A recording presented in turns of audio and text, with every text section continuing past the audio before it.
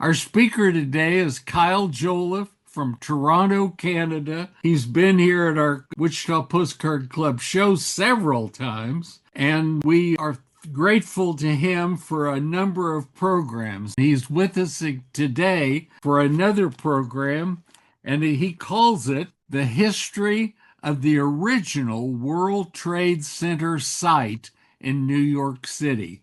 Lots of good postcards and information. Please join me in welcoming Kyle Jolliffe. Hello, everybody. I'm pleased to be here today. My talk is about a history of the original World Trade Center site in New York City. This first image is a Dexter Press chrome postcard. It shows in the foreground the landfill area that would become the residential Battery Park City area and the remains of two obsolete Hudson River piers. In the 1960s, ships started carrying containers, which were handled instead by docks in New Jersey. The Twin Towers topped out at 110 stories and were indeed monumental landmarks. But these two buildings were more functional than beloved when compared to such buildings in New York City as the Chrysler Building and the Rockefeller Center. Some critics called them General Motors Gothic. My talk today will draw on maps, paintings, photos, and postcards to illustrate a site which has local, national, and global historical significance. Shown here is a plate from an insurance company survey from 1853, which shows the original World Trade Center site, except for a small piece which is on the north side of Vesey Street, which was needed for an electrical substation, and also on which World Trade Center Building 7 was built, which was a 47-story building, which also fell on September 11, 2001. A little lesson on addresses, going from right to left, north to south. We have Church Street, Greenwich Street. Greenwich Street was the original shoreline, Washington Street, and then West Street. On the other side of West Street were the Hudson Docks. Going from top to bottom, we have Vesey Street, then Fulton Street, Day Street, Cortlandt Street, and Liberty Street. Farther on the far right is Broadway. This is a map of the buildings on the original World Trade Center site taken from Wikipedia. I say original site because the current World Trade Center site is a little larger. There's a small piece of land on the south side of Liberty Street. Before European settlement of the New York Bay Area started in 1624 with the founding of New Amsterdam, the indigenous Lenape or Delaware people freely roamed the land there. This isn't an actual picture of the Lenape people. There aren't any as far as I know. It's more to show the type of temporary settlements they had using what were called wigwams or hogans. This is called the Manatus map. It's an anonymous map from about the year 1639. It doesn't really show the correct position of Manhattan Island, but it does show the general shape of it, a number of its features, such as the Harlem River, and various settlement buildings. Also records the names of a number of early large landholders. So it's the map to start from in talking about records of where the World Trade Center site would be. We can't really match it on this particular map, but it was basically on the north shore, at least on this side, on this map, of the North River, which became the Hudson River, and it probably was vacant, barren land with a sandy shore. A couple postcards, they're representations of New Amsterdam in about 1660 before its capture by England in 1664. By then, it had about 1,875 inhabitants, 300 of which were African American slaves. So it's a growing, organized community. On the left is Fort Amsterdam. On the right is Wall Street.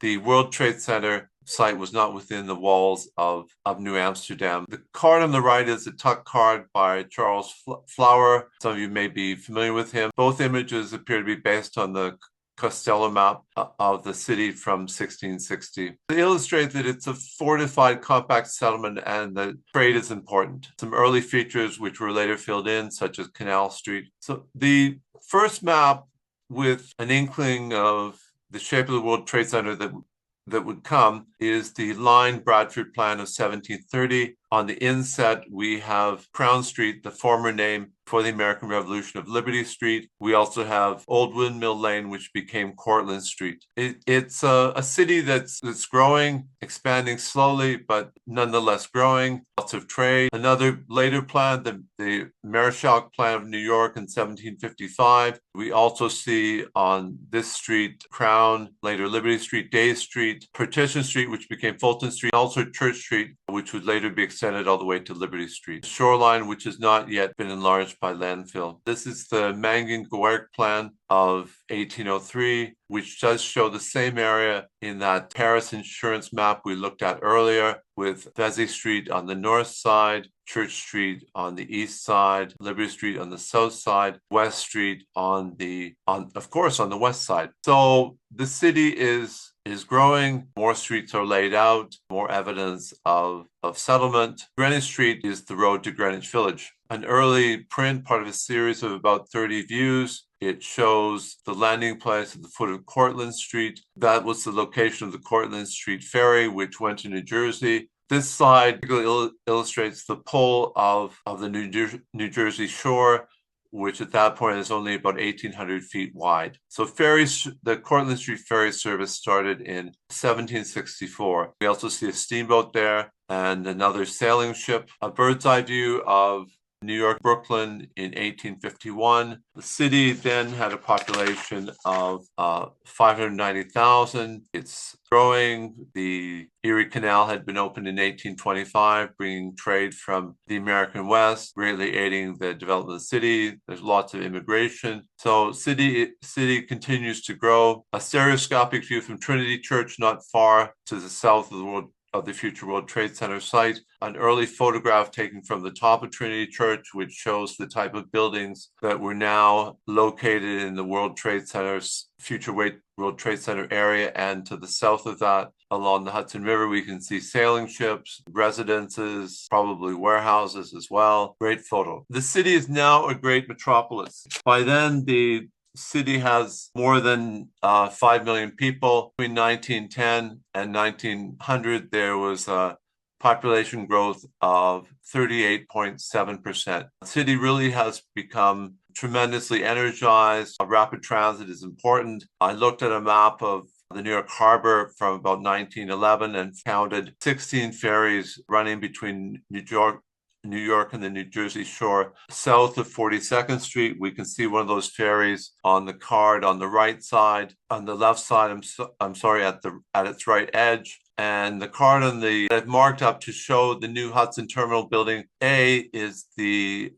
north part of the Hudson Terminal. Building B is the south part. The city wouldn't let them close Day Street, which is where the arrow is. So the skyline has rapidly changed with extremely tall buildings. The Singer building was the tallest in the world then. A couple stylized real photo views of the Hudson Terminal, which opened in 1909. The Hudson Manhattan Railroad, which had the Hudson Terminal as its Manhattan gateway, really was a critical part of the rapid transit system at this time. The peak year for ridership of the Hudson Manhattan Railroad was 1929, when 112.3 million riders used it. Even today, still quite heavily used, 50 million people on average recently. It's a presentation on its own to talk about the various underground trains and the tunneling for this project, a national engineering achievement, a nationally important historical engineering achievement in American history. The Hudson Terminal building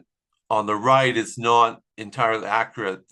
As in the next slide, we'll see, it doesn't show the 6th Avenue elevated. The card on the left, a Union News card, shows the 6th Avenue elevated railway. The card on the right is an interior sectional view from the street level to the train platform of the Hudson and Manhattan Railway Company's tunnels. So you can see how people moved inside the tunnels and would have exited the station and also gone up to the elevated railway platform. The card on the left shows one of the trains leaving Hoboken for New York. The card on the right shows the actual Hudson and Manhattan subway terminal in New York. The trains came in on one tunnel or one tube and looped around the back of the Hudson Terminal building and then went on to New Jersey. The platforms paralleled the paralleled Church Street. So they didn't need to back out the trains from the station. Both views looking west from the Hudson Terminal showing the bustling activity at the ferry steamship piers on West Street, a mixed commercial and shipping picture. Card on the right is a rotograph card showing the often chaotic transportation on West Street, which extended up the length of the Hudson River past 42nd Street. We can also see some of the buildings on the right-hand side, which are part of the future World Trade Center site. Two early 1900 views of Cortlandt Street looking up and down. On the left, we can look up the street towards the elevated railway station in the distance. And on the right is a card for a Hungarian bank newspaper office, which allows to see us down Cortlandt Street towards West Street and the Cortlandt Street ferry terminal. We can also see a transit car leaving or exiting ferry station. A lot of nice detail on this card. Here's an excerpt from the 1909 Sanborn Fire Insurance Maps, which shows the mixed industrial and commercial use of the property, not really any residential use at this point. Lots of interesting detail on it, such as the walls knocked out within the American Express Company depot. There's a cold storage company which fits in with the wholesale food market not far away. Just great detail, an important historical resource for local history. These can often be found online now. This is a picture of the 1892 Washington Market building, closed in 1965, and an adjacent retailer in 1930 in the corner of Fulton and Union Streets. The Washington Market first started in 1813. A couple old New York etchings by Carl Abel. You may have seen some of his cards for the 1939 New York World's Fair. These were published by the Albert Type Company. They show the area as it had become known then. People were calling it Old New York. Lots of nice detail, some artistic manipulation of the images. Some people might like photographs of this area better, as we can see in the one of the nice things about this presentation is I found images I could use by Berenice Abbott, famous photographer of New York City views, particularly many with historical significance. She extensively photo documented many parts of the city in the 1930s and 1940s. So on the left is her view of 126 to 130 West Street, and almost the same area on the right depicted by Samuel Chamberlain. He's an etcher and photographer. This card dates from about 1940. So we're seeing old buildings that have been repurposed here for automobile purposes. There's a gas station, some garages, and then the part of the north building of the Hudson Terminal, and then the south building of the Hudson Terminal, and some lower Manhattan skyscrapers in the distance, mostly on the right-hand side of that image. There are 60 Samuel Chamberlain views of New York City. They're not common, but they're nice to collect. They're different views. This particular area was ignored by the usual postcard publishers and distributors of New York City views. They didn't think it important enough to document, but artists such as Berenice Abbott and Samuel Chamberlain saw the value of recording this particular passing scene, knowing it wouldn't be there for very long. Day Street between West Street and Washington Streets by Berenice Abbott, taken in 1939. So we're seeing commercial use. There's an express company, a ship chandlery, and on the right is an inset showing what was probably originally a residential building. Similar residential buildings must have been torn down, for example, for the local express company building on the left side of the Berenice Abbott card. She really was a gifted photographer. Some may choose to call her an artist, looking for truth in images, extremely well-composed cards, very delicate use of light, catching all the different angles. This card I like. It was held in 1930, includes the New York Telephone Building, now the Verizon Building. On the left-hand side, it's a typical mass Art Deco style skyscraper. Then farther to the west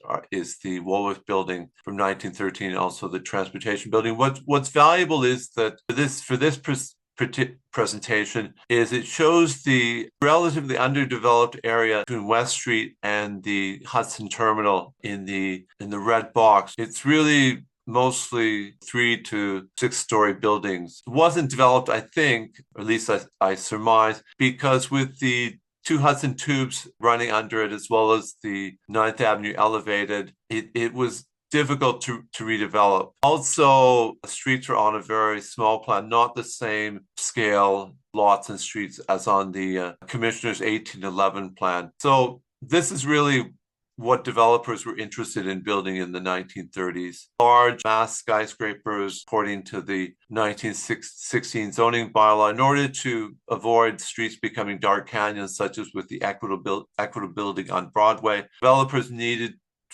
if they were put up buildings, needed to have a podium that was sufficiently short that it didn't crush out the light on the streets. And then they could have a tower built on 25% area of the podium, and that tower could be of unlimited size. So we see those parameters of the 1916 zoning bylaw illustrated in these two views of the Empire State Building and the Chrysler Building, with with podiums and then massing that rise into a central spire, as in the case of the Chrysler Building, and into the 86th floor observatory building in the Empire State Building. So the site was waiting for the right kind of project. In the 1960s, that right project that ticked all the boxes in terms of zoning, design, and the right kind of developer came along when instead of those earlier mass skyscrapers that we just looked at, the Port Authority of New York and New Jersey started building the towers on the World Trade Center site. So there was a big emphasis now on open, plaza-centric, and high-density towers. So this is a picture of the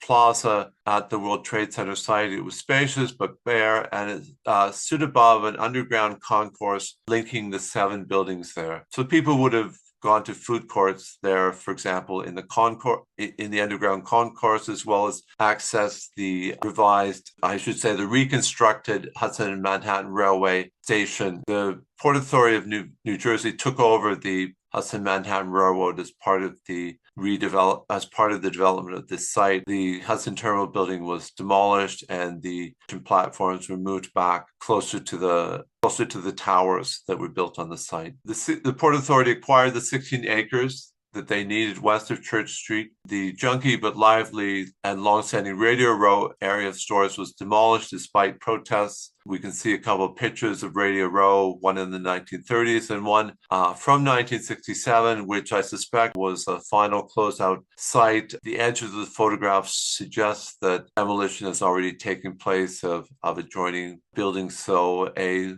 longtime owner is having his or her final sale. There are many World Trade Center views. I picked out some which have come my way.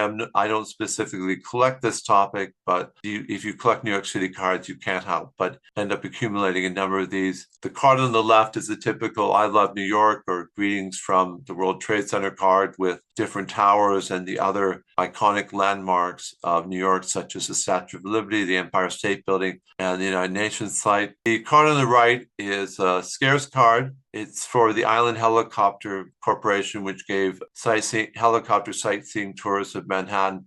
It's just any view of Lower Manhattan for 2001 can't help but take in the World Trade Center buildings. They were just so massive. This one's nice because it has a public housing view that you don't normally get of public housing along the East River. View on the left is a Watchtower Society publication, and it's difficult to find. View on the right is a common card, but still a striking card. It's one of the towers as seen from the Trinity Churchyard on Broadway. The towers just really were so massive. Views from different points in the New York City harbor, one looking across the Statue of Liberty, and the other looking from the Governor's Island direction, also looking up the East River and the Hudson River. 2 Lower Manhattan views. One is really close to the southern Battery Park tip. Does show us, the one on the left that is, shows us some of the construction going on for Battery Park City on the left-hand edge of that card. And then the card on the right, which I believe I picked up on a trip to New York City in the 1990s, does show the completed Battery Park City residential area and the Twin Towers, also some of the World Financial Center towers. Here, card on the left is looking west towards New Jersey, and the card on the right is of the Empire State Building with the World Trade Center quote looming in the distance. 2 original collage, fantasy, and surreal postcards created by Michael Langenstein in 1986. Very pleased to have him here today.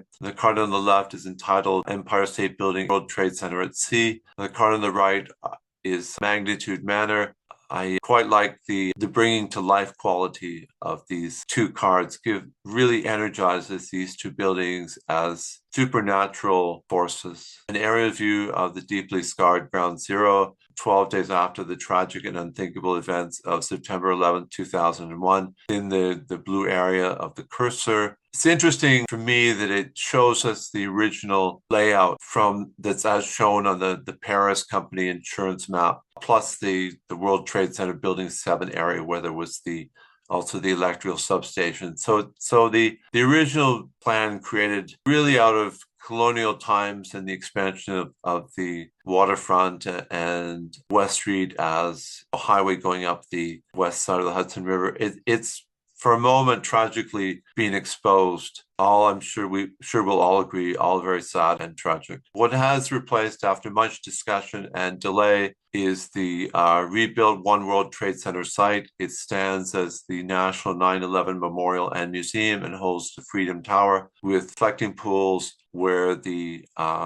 two towers that fell stand, World Trade Center 1 and World Trade Center 2. The symbolic 1,776 feet, the Freedom Tower defines the rebuilt Lower Manhattan skyline. In this past week, the news has come out that World Trade Center 2 will be built as the American Express Tower. One author talked about the events of September 11th leaving a hole in the New York skyline and an ache in our heart. And I think that's exactly true. The hole in the skyline has been mostly repaired, but a lot of people choose to remember the World Trade Center in their own particular way, through the lives lost, through pictures of the tower. This is my favorite view. I guess it's kind of mellow, I just like it. It doesn't overstate the towers. It shows that they're powerful landmarks, but to me, it's just a pleasing sight. So that's the end. Thank you very much for watching. Oh, thank you, Kyle. That was terrific as always. And these images that you just can't believe. I was personally thrilled at the time to be able to have two different lunch times at the World. There at the top I've already forgotten the name of it. Windows of the World was what it was called.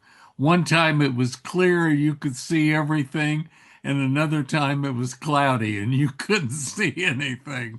But nice memories. And as you heard about the windows of the world, all of those people passed away in the tragedy that day. And you just knew that you'd been there and had lunch one time. Anyway, thank you, Kyle. I want to turn to Bill Burton and see if there's any comments, please. Thanks, Al. Harry Valdivia just says thank you, and for which I think we all would agree. Alan Mann, on the other hand, says, I think we can all recall where we were when we heard about the tragic events of that. I'm interested, Kyle, are there postcards that show more of the recovery of the property, the digging, and any of them that show the fearsome cloud that just pursued and drove people away? I haven't seen those, and that's the kind of thing that's more local to a souvenir store in New York City. So they may exist. There's some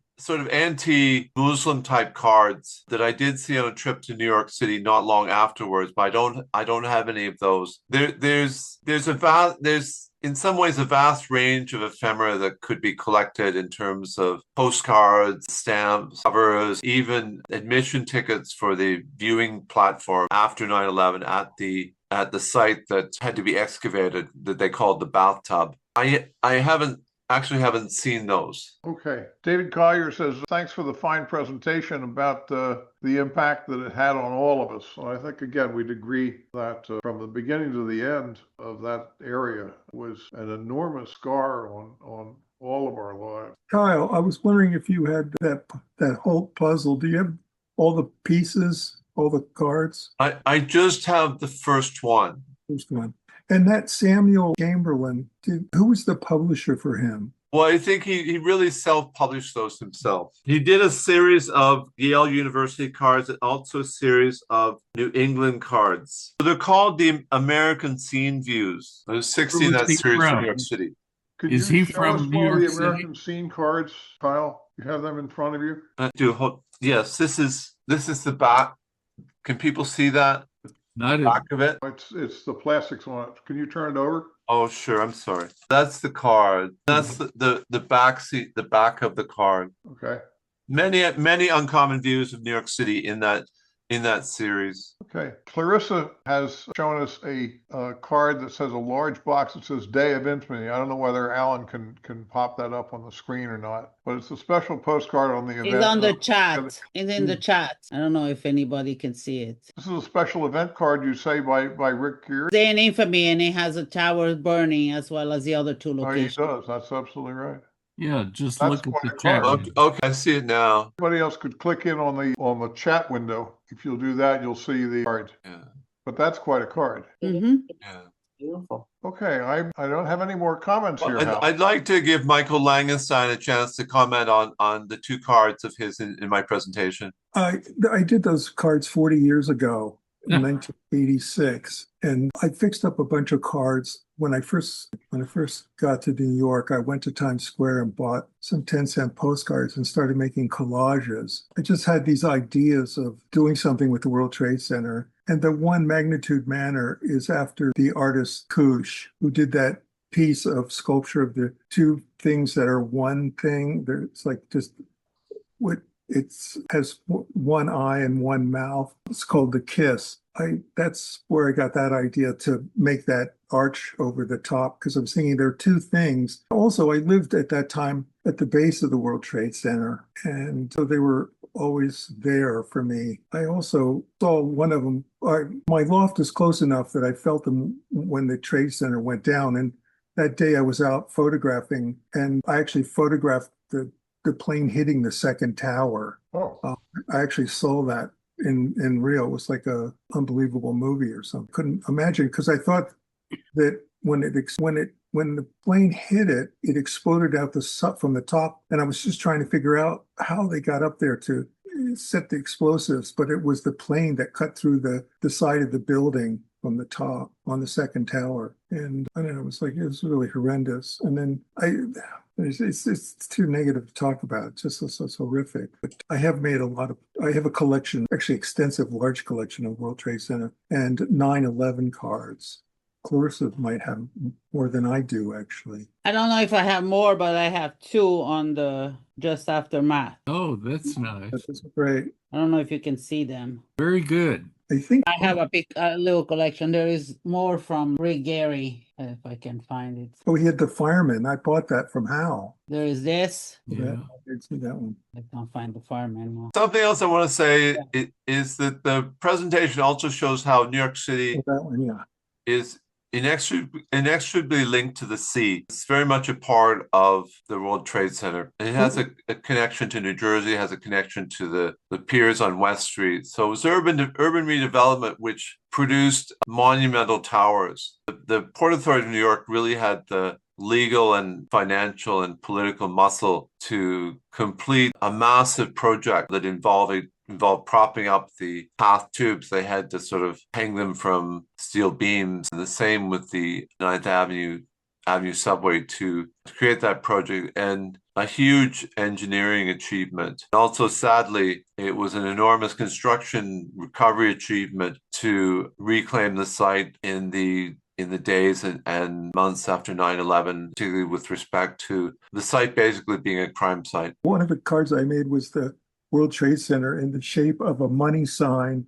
And on one tower, I put the word David, and on the other one, I put Nelson, because the Rockefeller boys were the ones who were financing it. It was a site which waited for the right check, but originally they started at 80 towers, and then they just wanted more. They wanted this landmark site, which unfortunately got the wrong kind of attention. I also made a card of the World Trade Center covered with a mitten, or it was like a sweater, because when sometimes you look at it and it's under the clouds, or the clouds are covering it, and it looks like it's wearing a sweater. I did this card that has like two thumbs in a mitten. It was kind of nice. Michael, have those. Great to have Michael, I you don't here. have those postcards. No, Ay. neither I do don't I. have them. That card, the one with the mittens, I'd given that card to Dorothy Seiberling, who was the person who put me in New York Magazine. I think it was July 1976, there was an article called Trade-Offs, and it was all the things I had done with the World Trade Center. I put them in the Grand Canyon. I put popsicle sticks on top of them. And she wanted me to leave those cards with her so she could put them in the magazine. I said, oh, her desk was piled up to the ceiling. And I was like, oh, I'll never find these. I'll never see these cards again. She said, no, just leave them. She got them back to me. And I didn't think I'd ever see them again because she was so busy. But she was very nice. I had given her that particular card, and she had passed away, and it went to Brandeis, or I think Brandeis University Museum. It's in there. She donated some other things that I'd given her. They went there, which was kind of nice. But it was Dorothy Seiberling of the Firestone Seiberling people. But she wrote for the New York Times, and then she went to New York Magazine. And that's when I had met her. Very good. Any other comments?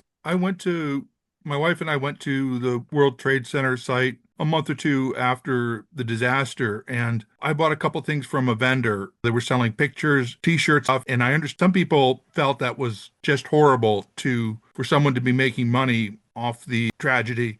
But there is something to remember their visit buys. Why did postcards of the tower still standing sell so well? It's because people want something to remember towers before they were destroyed. The chrome postcards of the World Trade Center also illustrate changes in printing techniques for chrome postcards in the space of about 30 years. That's also something significant. I heard something on NPR. They did a longer story on Radio Row and what it was like there, what the aftermath of everybody having to move out. It's kind of like with the public housing project when they decide that the building's horrible and it's concentrated poverty and they want to get rid of it. One problem is the neighborhoods that have developed within the building, they're not able to all move together to some place. So you've got a natural neighborhood that's developed over many years is suddenly broken up. So they didn't have another Radio Row develop someplace else. We really are appreciative, Kyle, and I also am. It's just neat to have Michael Langenstein here too,